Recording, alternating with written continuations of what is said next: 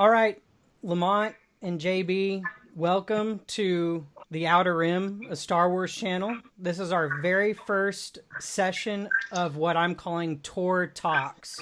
And what it is it's a discussion about Star Wars by fans for fans.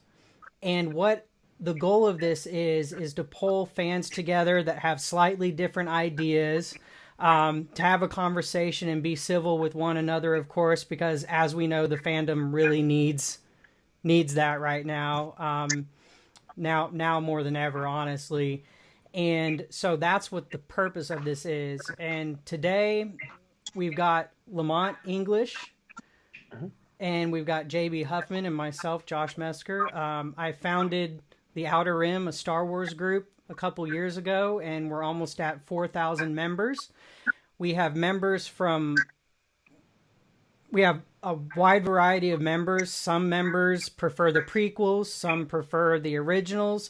We've got big time sequel fans in the group too, and somehow we are able, with a few exceptions that we deal with, to pull those groups together to just have a discussion about Star Wars, this franchise that we love, but sometimes have different ideas about.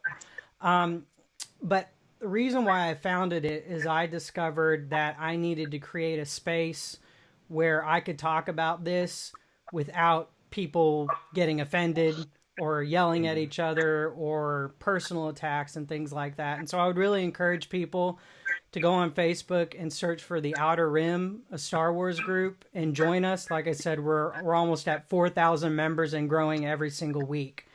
And so, first of all, what I want to talk about with you two, I want you all to take just a couple minutes and introduce yourselves, but then tell me a little bit about how you became a fan, because I think that that's really important going forward, for you all to kind of establish that in this discussion. And so, Lamont, why don't you go first? Yeah, Lamont English. I will be, Lord willing, 31 in July. And I live here in Southern California in a small town called Murrieta. That's it's about halfway between Los Angeles and San Diego. So yeah, I'm a SoCal boy through and through, West Coaster, love it. I'm in seminary going towards pastoral ministry, and I'm a huge Star Wars fan. And it's funny, I grew up and I watched all the original trilogy, and I liked them, but it was older, and I was younger. I was born in '89, so it didn't really grab me. You know what I mean? There were some cool parts, but it never really grabbed me. And when The Phantom Menace came out, that was the first Star Wars movie I had ever seen in theaters. And I was 9, and little Anakin Skywalker was 9 years old, so I connected. Mm-hmm. And it was the prequels that really made me, I would say, a casual fan. I still wasn't a hardcore fan. I wasn't into ranking my favorite movies. I just, Star Wars, it was enjoyable, but I moved on about my life. And then met my wife. We got married in June of 2012, and we had our firstborn son, Eli, who was about to be 7 later this year. And it was actually my son who turned me into a hardcore Star Wars fan. So when he was 2, he would want to come and just lay on my chest and watch Clone Wars on Netflix. Mm-hmm. And he would want to watch somehow, I don't know how he was introduced to Star Wars or Darth Vader, but all of a sudden he starts to talk about, Dad, Darth Vader. And, he couldn't say it correctly, but he loved Darth Vader. He loved Star Wars, and he loved the Clone Wars. So I started to watch it with him, just to, bond with them. But then I started to watch it myself more and more. I'm like, man, this Clone Wars is kind of dope. Mm-hmm. And then I started watching the prequels again. I was like, Star Wars kind of goes hard right now. Like, I'm loving it more. So then I started watching it, and we went to Disneyland in 2017, and that kind of solidified it for me. So made my son his own lightsaber for him, and he got to, quote-unquote, fight Darth Vader at Disneyland. So that's honestly, it's my son. I owe my Star Wars love to the prequel trilogy, but even more than that, my son at the age of 2 who really got me invested in Star Wars. Nice. Yeah. And JB, that's great, Lamont. And JB, you have a slightly different story though. Do you not? Slightly. Yeah. So Slightly. tell us a little bit about that. Well, both of my parents, neither one of them are into any kind of fantasy, sci-fi, or anything like that. So I grew up watching a lot of comedies, a lot of sports movies, some rom-coms here and there, and I wasn't into it because my parents weren't. Um, so, and you can probably tell I'm from the South. So just we'll put that out there. I grew up in Arkansas. I live in Alabama now. But I didn't get into the Star Wars movies until college. It was because my roommate, my senior year of college, he had all of the original trilogy and all of the prequels, and so I decided to sit down and look. I'm gonna. They were still going to school, and I had already graduated a semester early, and so I was working. But during the day, they were gone, and I was there by myself. So I was like, what? I want to watch these Star Wars movies because my stepmom and her kids were big into Star Wars, right? So I was like, I'm gonna sit down and watch these. I watched the original trilogy, and it blew me away. Like I loved them, and I was 22, right? Um, they were really, really good. I really enjoyed them. I love the story. And then I started watching The Phantom Menace. And I was like, what is this? I was about 30 minutes into it and I stopped. I didn't watch any more. I was like, I can't do this. This is not, no, I'm not doing any more of this. So I didn't watch any of the prequels at all until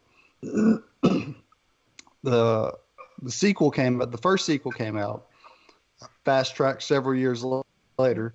My wife works for a tech place where they do software, and their boss got them tickets to the opening night showing of The Force Awakens. And my wife didn't want to go, so I went with my wife's dad. And I loved it. Like I was just blown away. And I had a little bit of experience with what's the director's name? Abrams. JJ. Yeah, J.J. Abrams, because I had watched the Lost series, right? Yeah. And yeah, it just blew me away. That was the first time I ever saw a Star Wars movie in theater, and I saw it on opening night. I went on to watch. I didn't get to see Rogue One in theater, but then when Jedi came out, or The Last Jedi came out, I did watch that in theaters, and then I watched Solo, and then last year. At this point, I'm still a casual fan, right? Like I've loved these movies, but I haven't watched them all. And then last year, when I got added to the Outer Rim, still a casual fan, but I'm in a Star Wars fan group for some reason. They do this whole let's watch the Star Wars movies from the beginning to end, which I didn't really because I didn't watch all of the Clone Wars. Yeah. But I did start with Phantom Menace, and I watched all the movies one by one. I watched the prequels, and I finally watched Rogue One, and then I rewatched everything else too. I'm still not a prequels fan. Like the first one has some fun moments. The second one, I was happy it was over. And the third one I really enjoyed. I really did enjoy the third movie. It was a really cool space opera. And it was a good leading into episode 4. But yeah, then I watched the original trilogy again, and it just blew me away all over again. And then I watched Abrams and Rian Johnson and Solo. Like Solo is an underappreciated movie, man. I agree. Bro, I just watched Solo yesterday again, man, and it was so good. For real. Good.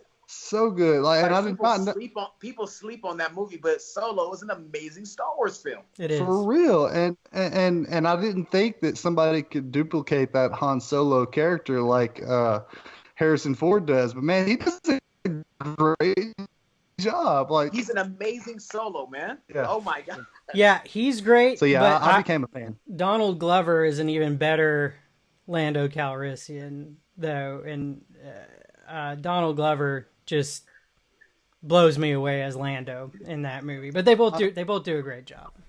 But You know, I mean, growing up I watching like Han a Batman little bit movies. better. you like Huh? you like you like Alden's Han Oh Solo? yeah, like I love. Don't get me wrong. I'm not taking anything away from Glover. Glover is an amazing actor. He does a great job as Lando, Yeah. hands down. But I love the portrayal of young Han Yep. and seeing why he becomes as outwardly calloused as he does when we meet him in the A New Hope after Yeah. getting his heart broken, betrayed, Mhm. kind of just him and Chewie for himself. You know, who knows what happened after that point up until A New Hope, but it gives a good backstory about why he's so kind of shut off until he meets really the Skywalker twins. Yeah, he does a great job showing the optimistic, idealistic Han Solo. Still has that swagger, but as you said, showing Han Solo before he kind of got broken a Exactly. little a little bit. There's a hashtag on social media that rolls around every once in a while called "Make Solo 2 Happen," and I would love for that to be the case, even if it's like a Disney Plus series or something like that. Because I get it, the movie cost a lot to make and it didn't do too well for a variety of reasons that we don't need to get into because we don't have time. But continuing that story, there's so much to mine there in that story, especially the end where Kira goes off with Darth Maul and they're, Man, Crimson and you're Dawn. just like, oh Yes. my gosh, we Yes. got to see the rest of this. So I totally agree. For me, really quick, because we got to keep moving, I've been a Star Wars fan since I was a little kid. And I was actually able to see the special edition of the original trilogy in the theaters before the prequels came out. My grandfather took me to see the original trilogy in the theaters when they did the special edition release before the prequels came out. And I was 15 when The Phantom Menace came out. I really Okay. enjoyed it. It reignited my love of Star Wars, and I developed a crush on Natalie Portman that persists to this day. My wife knows it though, uh, and As long as and she knows it, it's okay.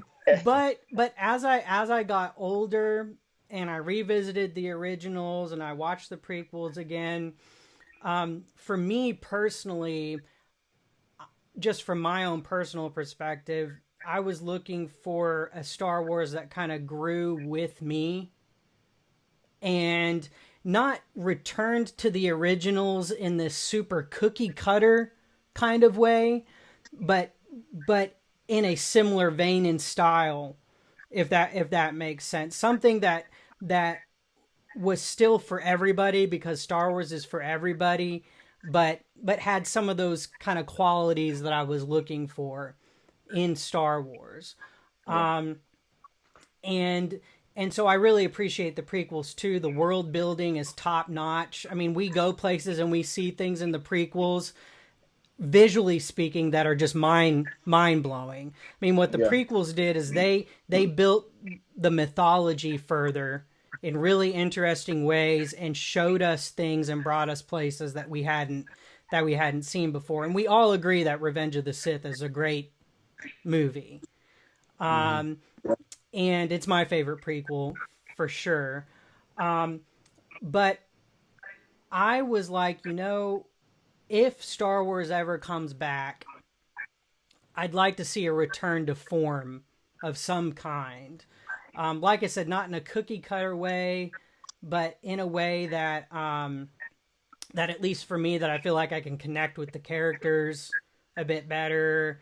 In my view, maybe movies that have a little bit better writing uh, Yeah. and acting, and to kind of combine the visual spectacle of Star Wars, which it always has had, and it's always been groundbreaking from a visual standpoint, but to combine all those pieces together again. And so, The Force Awakens came out, and I was like, pretty much this is what I was dreaming of. if Star Wars ever came back. I did feel like it may have leaned into the nostalgia almost a little too much in some areas, but after a franchise has basically been dead for 10 years, I'm not going to cry about going a little bit overboard on the nostalgia. Okay, I'm just not going to do that. And I was like, they're restarting the Skywalker saga, and this is a brand new trilogy. But I still had concerns. And then The Last Jedi came out, and it answered every last one of my concerns. And I adore that movie. It's my third favorite Star Wars movie. And I was really invested in the sequel trilogy.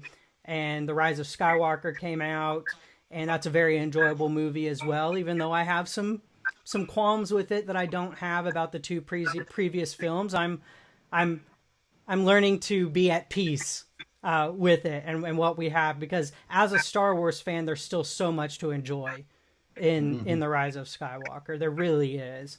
And so that's kind of a brief rundown of kind of where I'm coming at. And so I thought that the three of us getting together and talking about that and kind of setting the stage for this discussion, we all kind of bring a different perspective to Star Wars and what it means, what it means to us. And I'm going to cut in here, by the way. I'm going to cut, and it's going to transition to a next section. So what I want to talk about really quick for just a few minutes, as fans, to you, what is Star Wars about? You can go in one of two directions. To you, what is Star Wars about, or what does it mean to you personally? Or you can kind of combine those two questions into one. And so we'll just kind of keep going in a circle right now and pass it off to Lamont for just a couple minutes.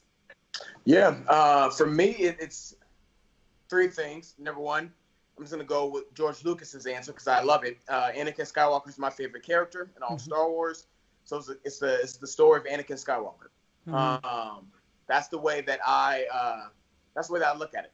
So it's the story of Anakin, his rise, his fall, his redemption, his legacy.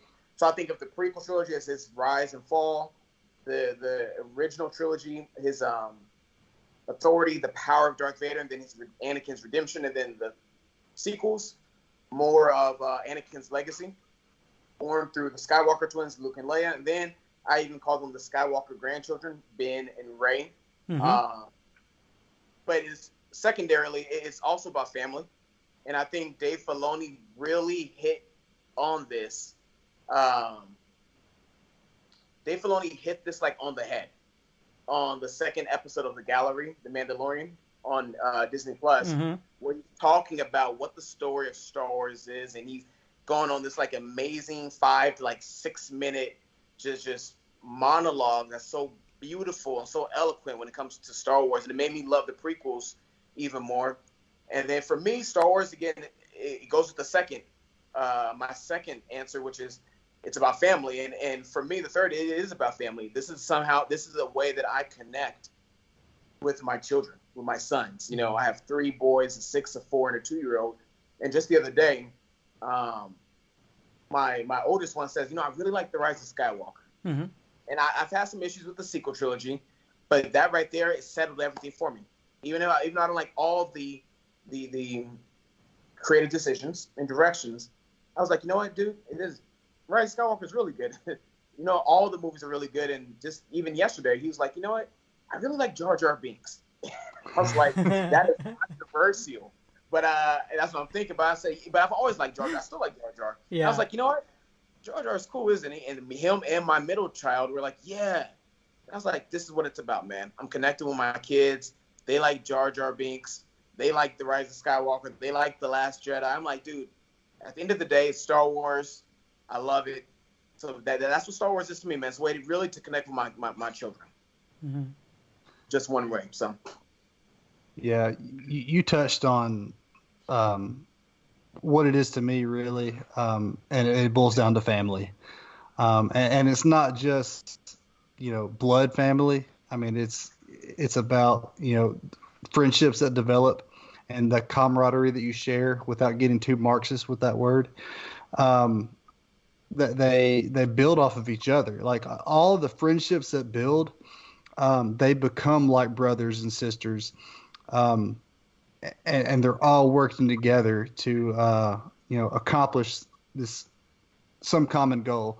And I say this all the time about, and I'm getting into a different Disney franchise for just a second, but with the MCU, to me, it's all about Cap and Tony, like two people who are complete opposites who are coming together and joining forces to accomplish something huge. And that's what Star Wars is. Like people coming from all different backgrounds, um, who have these a common bond, to defeat something that's greater than they are. Um, but with family too, like with blood family, you're you're you're you're looking at the Skywalker, the lineage there. Um, it's about passing the torch there, and everybody's taking someone under their wing, Yeah. and training them to be themselves, basically. And that's what I do in ministry too. Like I want to take somebody and mold them and let them blossom on their own to where you don't need me anymore. That's what Yoda does. That's what Luke does. Um, so like it's all about passing everything on to the next generation, and that boils down to, as I said, family. You're leaving a legacy. That to me, that's what it all means. Like the bonds that they have together. So. Mm-hmm. Mm-hmm. Yeah, I think those are both really good answers. Too.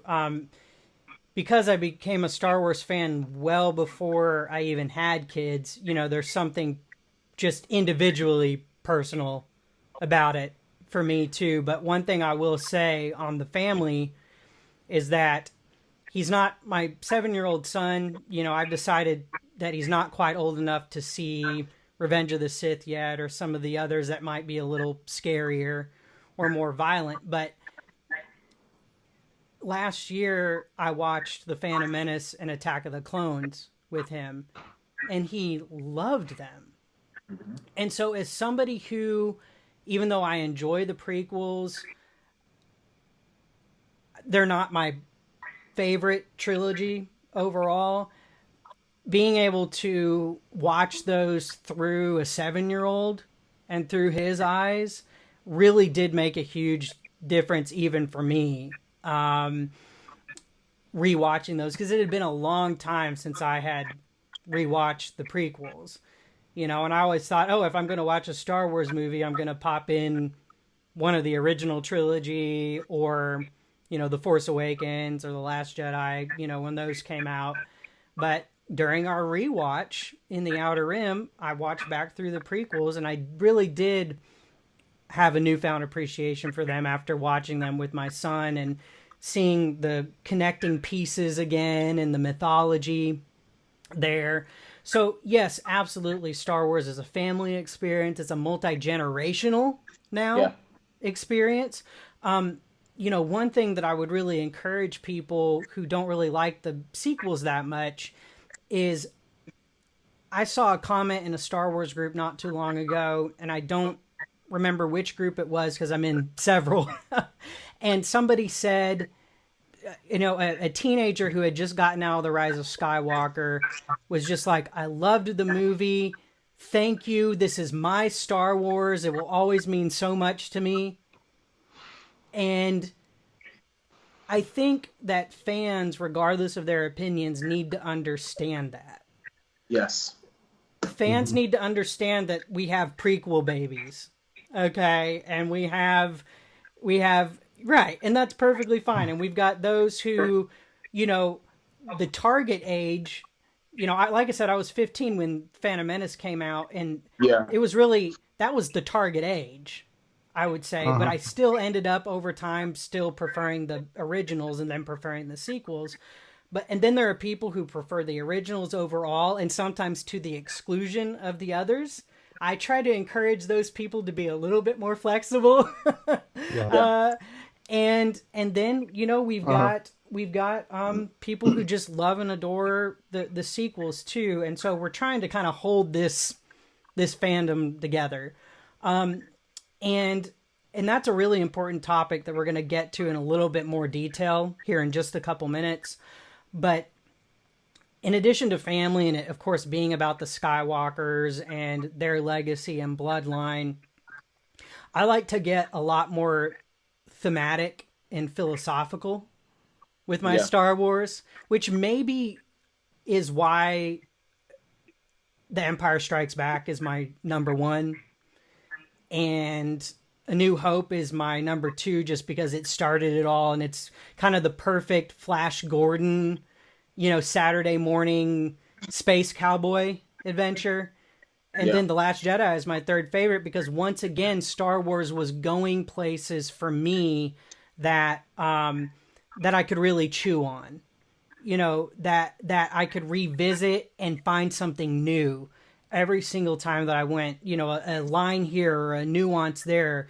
And the philosophy and the themes behind Star Wars is what ultimately draws me to the franchise, even more so than the family element and the characters, though I love the characters. Because to me, Star Wars is really about the collision of choice and destiny. And that is manifested through the Force, which is a very flexible plot device. Okay, we can all agree that it is a very flexible plot device. And there's really no point in arguing about what the Force is, because the three of us could give like three completely different answers. It is a very flexible plot device. But what it introduced into Star Wars was that concept of destiny and choice colliding with one another. And that is what actually keeps me involved and a fan of Star Wars, are those themes kind of bubbling underneath the surface, even more than the spectacle and the characters, you know, because the themes and the philosophy are lived out through the characters. And then the spectacle, the lightsaber fights and cool Force abilities and space battles, that's just the cherry on top to Star Wars. Star Wars has a lot more to say than those things, in my opinion. Agreed.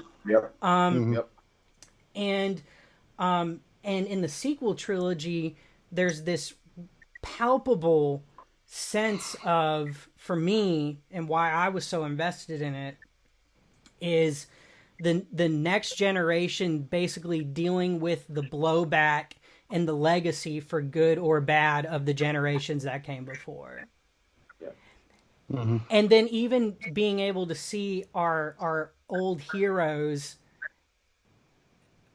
and to see them again, and to see how they're still not perfect, and they still struggle with things, and they're still growing themselves, while at the same time still investing into those individuals that the Force brought their way. You know, let's say that. And so that's kind of, without just talking for 2 more hours and taking up all of our time, that's what Star Wars is to me. Is it's the philosophy and the themes that really draw me. But one conversation I want to have, because we've all had the opportunity to kind of deal with and talk with and debate people kind of within the online Star Wars fandom. And sometimes it is just delightful and it is great. And then other times it's horrible. I don't know how else to put it. Other times it just zaps the joy and the fun out of the entire Star Wars experience. And so I want to talk for a little bit, and JB, will start with you again, and just kind of about the state of the fandom, what you think needs to happen for the fandom to kind of continue coming together and forming as kind of becoming one, while still hanging on to some of our differences and disagreements, because disagreement isn't the problem. Yeah. Right. It's the toxicity that's there, and it can come Yep. from any group within the fandom. Honestly, it can come from any group within the fandom. And so, JB, do you have some ideas on just kind of unpacking that and kind of what you kind of your assessment of it and what you think needs to happen? Yeah, well, I mean, from what I can see, the fandom is very segmented. Um, and like you said, you got people that love the prequels and the people that are like all about the original trilogy, and then there are people that lean more towards the sequels. But and I want to backtrack for just a second because I kind of felt like I painted the prequels in a bad light. I do appreciate the prequels. Yeah. They're just not my cup of tea. Like I can see that there's a lot of world building going on there. Um, and I can compare this to my first love in geek culture is comic books. The Flash TV show is probably the best comic book show ever as far as comic books goes. It's not necessarily the best show about a comic book. I mean, you can look at the Netflix shows are probably better, Daredevil and all those. Smallville. But yeah, but as far as being based on comics, it's the best one. Like it's perfect, and that's the way I look at the prequels. Is they're great Star Wars, even though they're not the best films overall, but they're great Star Wars. So that's a little soapbox there for me. Um, I think that's what it's going to take is for more people to look at the ones that they're off-putting about and try to find. Well, okay, I love Star Wars. I grew up loving Star Wars. I call myself a Star Wars fan. I really should look at these films that I don't like and try to find something in them um, that means something to me or that brings this story together. It's just going to take people just owning up to their own responsibilities. I mean, if you want to call yourself a fan, I mean, you've got to understand what it's all about, and not just a piece of it, all of it. And that's why even though they're not my cup of tea, I plan on rewatching the prequels over and over and over again because I want to know more how they fit into this. And I'm sure I will get more and more pieces as I watch them. I just think it takes more people to just suck it up and pick themselves up and just do it. Like, I mean, have an open mind. That's the best thing I could say is just understand that there are people out there who think differently than you, and you might want to understand why they think differently than you. So, anyway. Yeah, yeah, I think that's a really good way of putting it. And I meant to keep going in like the circle that we had going, and I'm the one who threw it off. It's But fine. it's all good. We're just having a Good. casual conversation. But go ahead, Yeah. Lamont. You know what? I'm going to go off what JB said too. First off, I would say it is looking at movies from different people's eyes. So, for instance, I remember being in an online discussion that went south quickly because someone says, how could you like Attack of the Clones more than The Empire Strikes Back?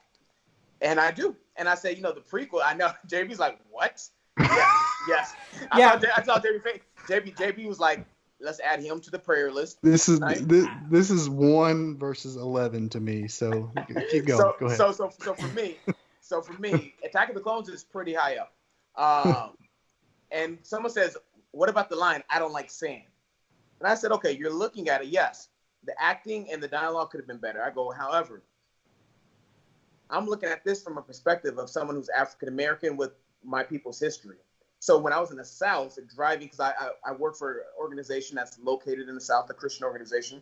Mm-hmm. So I'm in the South, I'm driving with someone, and we pass a cotton field. And I instantly just like, revulsion. I was like, just because of what the cotton field represents to African American history in this country. Yeah. And I said, one thing you don't recognize is that I'm very emotional and passionate about slavery because of what my people have gone through. And knowing somewhat of my family's history going back a little while. I go, so when I hear Anakin say something like, I don't like sand, even though it could have been acted better and said better, or maybe not even said that way at all and could have been more, implied. Either way, what I hear, and my mother in sand, all we saw was sand. This represents slavery and bondage to me, and I don't like it. Yep. To me, that strikes me on a different emotional chord than it would maybe one of my white friends. Yep. Because for me, I'm thinking, oh, I get it, bro. I see a cotton field, and I instantly feel, ugh, just that, ugh. So I'm like, so for me, that line struck me deep. So I'm like, dude, I totally get where this guy's coming from. Yeah, I wouldn't like sand either. Yeah. But I think it does come, but also it comes from people like me also saying, okay, it was a cheesy line. It could have been acted so much better. So I think we have to come to a place that says, I am not the end all be all of the Star Wars fandom. Yep. I am not God. Therefore, my tastes are subjective and not objective. So what might be powerful for me is not going to be powerful for the next person. I have to respect the fact that a lot of people don't like that line, and that's okay. But that respect has to go both ways. And I also think and it is sad, a lot of it comes from, and I'm going to go to the foundation of my life, which is my Christian faith. A lot of it I've seen comes from really it's just idolatry, man. And what I've seen is like people are finding their identity and hope in Star Wars. And I told my son, I'm like, yo, because I've been watching videos where people are like banging on Star Wars. I'm like, yo, this is not good. Like if you get so upset where you treat another image bearer of God in a sinful manner because of a fictional universe that means a lot to me, but it's fiction, and you treat an image bearer of God like that, this is called idolatry. This is called sin. That person is finding their hope, their purpose, their identity in this meta-narrative of Star Wars as opposed to the meta-narrative of Jesus Christ and God's drama of redemption in the world. So I think a lot of it also needs to be like, where are you finding your identity, man? If you're getting this upset, I'm going to ask you to find your identity not in this fictional universe that we both love, but find it in Christ. And I think that will help you enjoy Star Wars more. Like, I'm not a fan of The Last Jedi, really. I don't like some of the creative decisions. But I watch it a lot because I still find, like J.B. says, I find the good in The Last Jedi. There's some amazing things. Luke Skywalker does one of the most Jedi things in all Star Wars, which is save the Resistance and keep his nephew from being harmed by not causing harm himself. He projects himself there. That's the Jedi way. Yep. Luke does the most Jedi thing, which is protection without violence. And violence is only it's a last resort. So Luke basically says, I saved the Resistance without like harming my own nephew, which is what I was going to possibly do that night that everything happened. It shows that he's changed, he's grown. So for me, I can find the beauty within The Last Jedi, even though I may not like all of the creative decisions. So I think it just comes to saying, hey, it's Star Wars. It's Star Wars, man. You got to take the good content with the bad content. We're getting so many amazing shows. Yeah. The Mandalorian. We got the 7th season of Clone Wars. We got Rebels, like Solo and Rogue One. For me, the fandom is split, I think, because people are going with are walking in the mentality that I saw with the prequels, which is, and this is not JB because he says he can find the beauty, but people would say, oh, the prequels aren't my Star Wars. Only the original trilogy is the real Star Wars. Well, no. Star Wars is for everybody. You don't like the prequels, but someone else likes the prequels. Some people don't like the sequels, but it's for someone else. So I think it just needs to be coming together and just let's celebrate and find the good in each Star Wars content and be happy that we're getting new content, man. Yeah, because I think that the mythology is so rich in Star Wars, the mythology that has been built, that even if a particular episode isn't your favorite one, you'll find something within the mythology or the world building or a particular character. When Yoda shows up to Luke in episode 8, I'm not gonna lie, my allergies start acting up a little bit. You know, I'm like, bro. And he's like, we are what we grow behind, grow beyond. You know, I miss you, Skywalker. I was like, Yoda, we missed you too, baby. Yeah. Oh, I'm like, dog, this is beautiful, man. Yeah. It is. Yeah. Yes, it is. And Not gonna lie, I got a little mad at the 3-2. So yeah. Yeah, and I agree. I agree, because we can have a discussion, if we really want to talk about, films and objectivity and film criticism, that's one discussion. And we can have that discussion for sure, and what those things are. But individually speaking, there is a subjective part of art, and I interpret and I take in The Last Jedi different than Lamont does. Yeah. Same thing with Attack of the Clones. We view it differently. And I know you've got, I mean, the really weird thing about it is, even though JB became a fan as an adult, and I've been a fan since I was a kid, JB and I's tastes align a little bit more. Yeah. Than maybe they would, with Lamont. But what Lamont has shown me is, he's even pushed me, to look at things a little bit differently as well. Which is why I love that we can all kind of come together and have conversations in the Outer Rim, because that's why it was created in the first place. And we have days when we have to smack some trolls down to restore peace to the galaxy, to my new empire. And I've been good in there, by the way. Yeah, you have. I appreciate it, JB.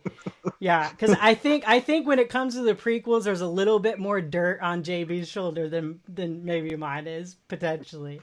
Potentially, you have a little bit more ways to go on those.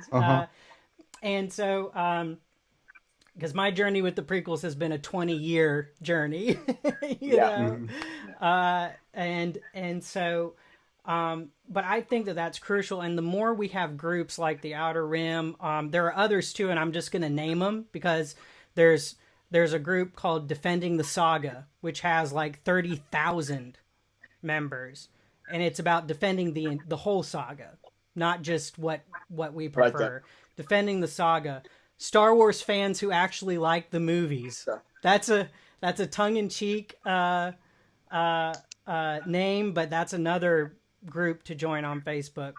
There's another group called the Alliance of Star Wars Fanatics that has thousands upon thousands of members as well.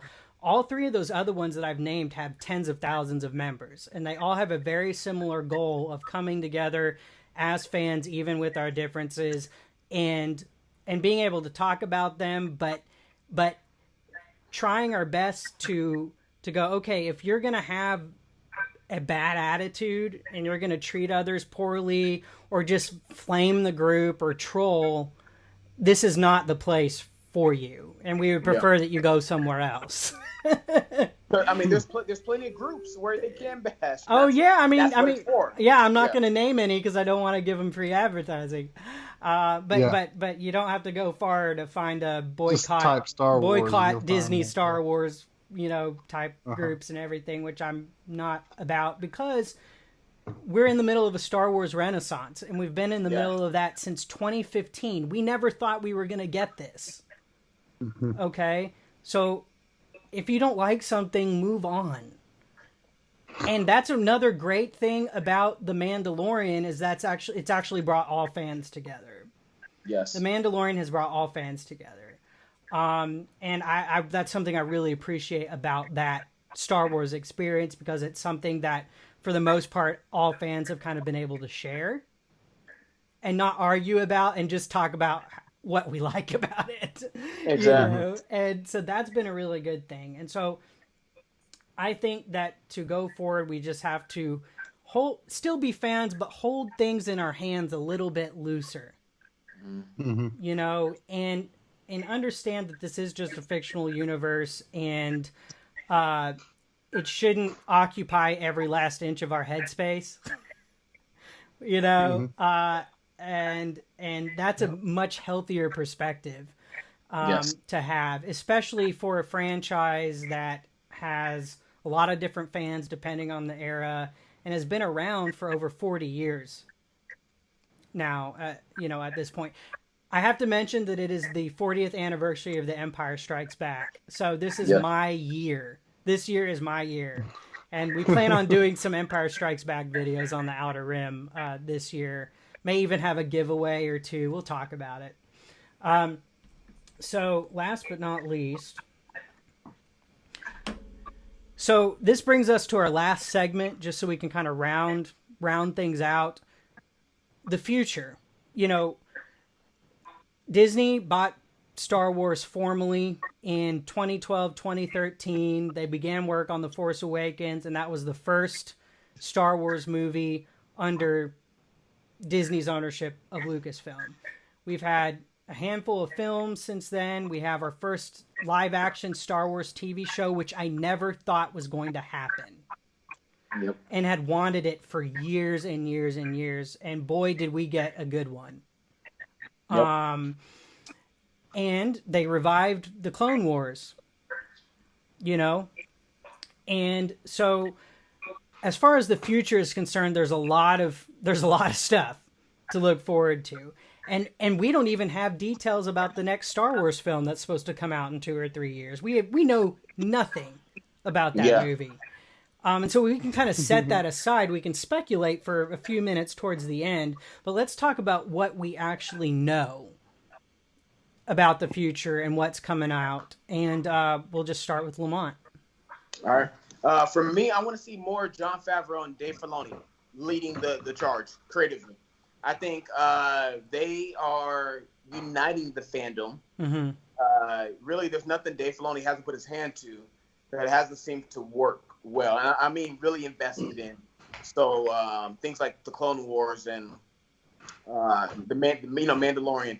So I want to see that. I also want to see Rey and Finn's, and I conclude Finn, Rey and Finn's New Jedi Order impose New Republic. So I want to go forward. I want to go forward and see like a what the state of the galaxy is now that Palpatine truly is gone for good.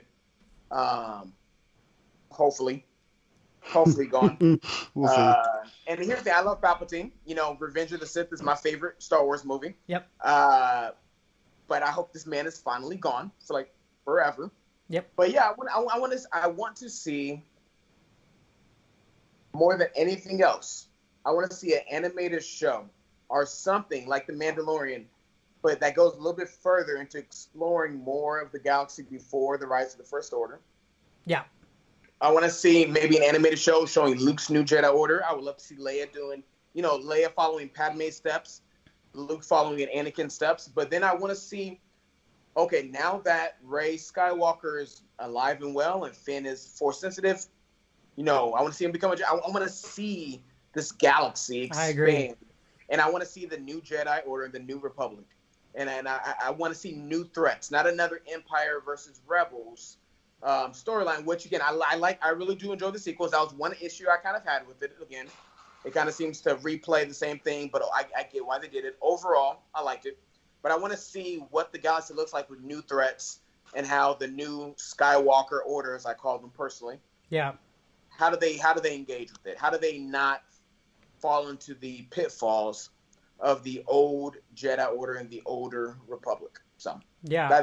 that's what I want to see, and I want to know what happens to Ahsoka. She's my third favorite character. Yeah. Give me more Ahsoka content, man. Give me more Ahsoka. I need to see what happens to my girl.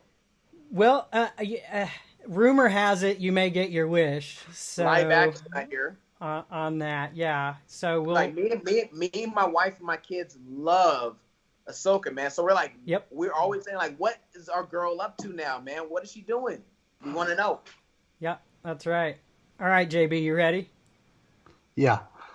Well, mainly I'm just excited about what's going to happen because I got into this when the Disney movies started coming out, and I've loved every minute of them, from start to finish. I have my issues with Rogue One, but I think I will like it more as I watched a couple more times. But like the trilogy, and I'm one of the defenders of the Rise of Skywalker. I felt like it was a very, very satisfying ending to a 40-year-old saga. And a lot of people talk about how there was too much fan service. My gosh, these are people that are following this for 40 years. They deserve service. Like, so, Hey, agreed, man. Rise of so Skywalker is my number two. really, okay, yeah. I love it. I enjoyed it. I saw it twice in theaters. I'm gonna watch it more. So I've enjoyed everything that Disney has put out so far, and so I'm really just anticipating what they're going to do next. As far as what I would like to see, yeah, I'd like to see more solo films, and not necessarily. Well, I guess pun intended, maybe. I would love to see a solo trilogy, like Han Solo trilogy. Yeah, I see what you're Um, saying. Yeah. but I also would like to see like solo characters too. Like, I would love to see. I'd love to see something on Yoda, man. He's one of my favorite characters, always has been. I'd love to see some building on Finn. Mm-hmm. He's very interesting to me. Uh, JB, this is why you my boy, man. That's what I'm talking about. I do, man. I love Finn and Poe, Oscar Isaac. I would love to see something done with Poe. I'd love to see him get a solo film, maybe two. He's just a very interesting character. He is Han 2.0 is what he is. Yes. Yep. And that's what I love about him because I've always loved Han. And I would like to see something go back and get somebody to play a young Leia, give her a little bit of old throwback love for her because I mean she was always a very interesting character. And it's sad that she had to leave us at such a young age. But I'd like to see a little bit worked out with her. Like at a point, my point is I'd like to see some throwbacks. You know what I mean? Sure. Yeah. Like I would love to see take an individual character and do a solo film with them or a solo mini series or something. Disney's got this Disney Plus, man. They can do a 5-episode miniseries on anybody they want to, and they've got the money to do it, and they've got a fandom that will watch it, And so Yeah. I'd love to see them do a lot more solo stuff because I really, really love the solo film, and I would love to see more of that with different characters and more with the solo character too. So Yeah. and I agree, guys. I agree, and it's hard to even know. There have been so many announcements that it's hard to even know Keep up. Yeah. which one to be the most excited about because we've mhm. got this new publishing event that's coming up called the High Republic, which goes back way, way before the prequel films, kind of at the height of the Jedi Order. And I find that incredibly fascinating, and I'm looking forward to it because it is an unexplored era of Star Wars. So it's going to build out new characters, deepen the mythology. Any of those areas that are unexplored parts of the timeline, I'm interested in. So there are a handful of books for the High Republic that are supposed to come out, but who knows? There may be a movie that spins off from that too. That may be the movie that ends up getting announced, most likely sometime this year. We just don't know. So the High Republic is definitely something I'm looking forward to. Obviously, season 2 of The Mandalorian. I've got to go rewatch season 1 again because it was just great. Mhm. And but even though we don't know any details about the new Star Wars film, we do know who is going to be directing it. Takiti. Takai Waititi. There we go. Oh And my gosh. we Thor do Ragnarok, I baby. love it, man. I we love it. and here's why I'm excited about Waititi. The reason why I'm excited about Waititi is between his epic conclusion of The Mandalorian, which he directed, the very last episode, was the most cinematic episode. It was almost an hour long, so it felt like a mini movie. And he was able to kind of balance his humor because the thing is Waititi has a very distinct sense of humor. and it seeps through all of his films. Thor Ragnarok is a very good. And I love Ragnarok, and I know that's actually a controversial thing to say within the MCU fandom, but I don't care. I'm a Star Wars fan more than an MCU fan anyway, so I love Ragnarok. It's like in my top 5 of the MCU. But what he showed with The Mandalorian is, one, he's got the visual aesthetic of Star Wars down, and he's able to keep us invested in the characters and adapt his humor to like the format of Star Wars, without going full Waititi, on his humor, because the humor in Thor Ragnarok would not work in Star Wars. It would not work. No. It would not work in Star Wars. But there's that scene at the beginning of the last episode of The Mandalorian with the 2 stormtroopers on the speeders. That is just classic him. It's just, but it worked. It worked. On top of that, he can do big budget action. He knows how to work with special effects. I couldn't think of a better guy to direct a new Star Wars film than him right now. Despite the fact, and I just have to say it, I'm still holding out for that promised Rian Johnson trilogy. Okay? Listen, I love you. And I can find the beauty in The Last Jedi, but I need it. I'll be okay with it, man. I'll be okay with it. I need it. I love Knives Out. I am on the opposite side of that with you. I don't want to see it, but if it happens, I'm sure you'll find be there. Good in it. Hey, even if it's not a trilogy, if it's just one movie, a return to the universe, that he does, that's self-contained, that's fine. As long as it doesn't, if he's outside the Skywalker saga, I think I would enjoy it a lot. Yeah. So yes. Maybe so. I know, and that just goes back to another. I mean, maybe we'll do an episode on The Last Jedi at some point. But I mean, it's inevitable because me. But I'm really looking forward to the new Star Wars film. To me, Star Wars, I love the books, comics, but Star Wars to me is and has always been about the movies. Movies are priority number 1. Yeah. And so I can't wait to hear more details about Waititi's film and the casting and the era that it's going to be set in. But on top of that, we're talking about, I think Star Wars right now has settled into a place where we are doing some throwbacks, and we're going to build upon the mythology that's there, and explore some things, and do some throwbacks, but we're exploring new places as well. And one of the throwbacks, so to speak, that I'm really excited about is the Obi-Wan Kenobi series. Yes. Because let's be honest, there's a lot of time between Revenge of the Sith and A New Hope, and there's no way that Obi-Wan was just sitting in his hut all those years, just like, hey, I wonder what Luke's up to today. I'm gonna go spy on him and see what's up. So I cannot wait to see Ewan McGregor back in that role. I think regardless of individual opinions on the trilogy, Ewan McGregor as Obi-Wan owns it every single time. I mean, he owns it in that role in all 3 prequel movies, all 3 of them. He just owns it, and he is a young Alec Guinness Obi-Wan. He embodies the character, and I cannot wait to see him again. And people were a little disappointed that it wasn't going to be an Obi-Wan movie, because they wanted to see him on the big screen again.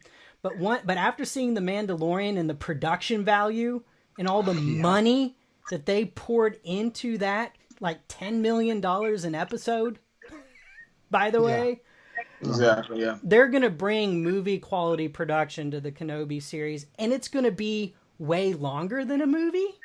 Exactly. Bingo. So you're going to get more Kenobi. You're going to get way more Kenobi. Okay? So let's just, calm down a little bit. And who knows, maybe we get a Kenobi movie after it. Who knows? That's why I'm a big fan of shows and miniseries, because you can tell a longer, more intricate story for a bigger budget um, yeah, it's just I love movies, but to try to fit something in a 2 hour little time capsule there, Hard. um, It's difficult. it's hard, yeah. And so you can go a lot more in depth with it with something that's episodic like that. Yeah. Yep. So I'm looking forward to it a lot. Yeah, I mean, you make a really good point because even Solo has left us wanting more, More. right? Because of the More way it Solo. ends. Because of the way it ends, and you're like, you know, because he talks about at the end of Solo seeing about a job on Tatooine, and we know exactly that he's about to fall in with Jabba the Hutt. Okay, Hmm. which Yeah. fundamentally alters his life. Yep. Hmm. And I gotta see it. Um, for me, if I was going to put something that hasn't been announced, but what I would really love to see is a Clone Wars quality series that actually takes place between The Last Jedi and The Rise of Skywalker. Because in my opinion, my personal opinion, there Yeah. are there's some connective tissue that could really be filled in between those two films that leads up to a more natural transition to the Rise of Skywalker, very much like how the Clone Wars fills in a lot of narrative gaps in a very satisfactory way between Attack of the Clones and Revenge of the Sith. Yeah. And me as somebody who is very invested in the sequel trilogy, I mean, I'm a defender too. I would love to see a series between The Last Jedi and The Rise of Skywalker. That leads into it. Get some trickles, some hints of Palpatine, in it, and his return, and kind of the, Hmm. that tension and the, that shadow, of Yeah. Palpatine, that darkness growing back, and learning more about that. I think is important. And so that's what I want to see. If I had a wish list and I could snap my fingers, a Clone Wars style series would just show up that there. And then I love the sequel trilogy so much, and I'm still so hungry for it that I 100% agree. I want to see Rey and Finn's Jedi Yes. Academy. And I love Finn, Yes. and I loved that Yes. we got hints that he was Force sensitive and he's a great character, and I want to see him after the Rise of Skywalker and what becomes of him. So And you know what? One thing I will say, one thing I want to see too is that I want to see them training Broom Boy from the end of Last Jedi. yeah, well, I you know, mean, like Yeah. I mean, we saw he's Force sensitive. I would love to see Finn take him under his ring, I under his agree. wing. Like, oh, Mhm. you were on Canto Bight? Yeah, that's where I was. And oh, yeah, Finn is training this young Yeah, man that way. So I agree because it goes back to it's not a redo, but it taps into an element of Star Wars that's already there, where even Anakin was a slave boy, and he was rescued Mhm. from that life and trained. And of course, there's a tragic story involved there, but I love the way that The Last Jedi ends because that slave boy has hope again, yeah, and Mhm. he's got the Rebel Alliance, ring, and he's telling the story of Luke Skywalker's last stand to his friends, and we see a world in Star Wars outside of the immediate Skywalker narrative, Mhm. and we see the potential that could be there. It's so much bigger than just the Skywalkers, in my opinion, Mhm. and there's so much more material there to deal with, and a character like that, the boy from, I know everybody calls him Broom Boy, and so we'll just call him that. Him, being taught by Finn would be a very satisfying resolution to kind of that arc, yeah, Mhm. in that storyline where Finn could even go back and Finn could go rescue him, yeah, even, or maybe he ended up escaping, and they find each other somehow. through the Force. Finn talks about in the Rise of Skywalker about how the Force brought them all together, and he wasn't so sure about it, but he believes it now. And he's so positive about it. So I mean, we're all Team Finn, okay? Mm-hmm. We're all Team Finn.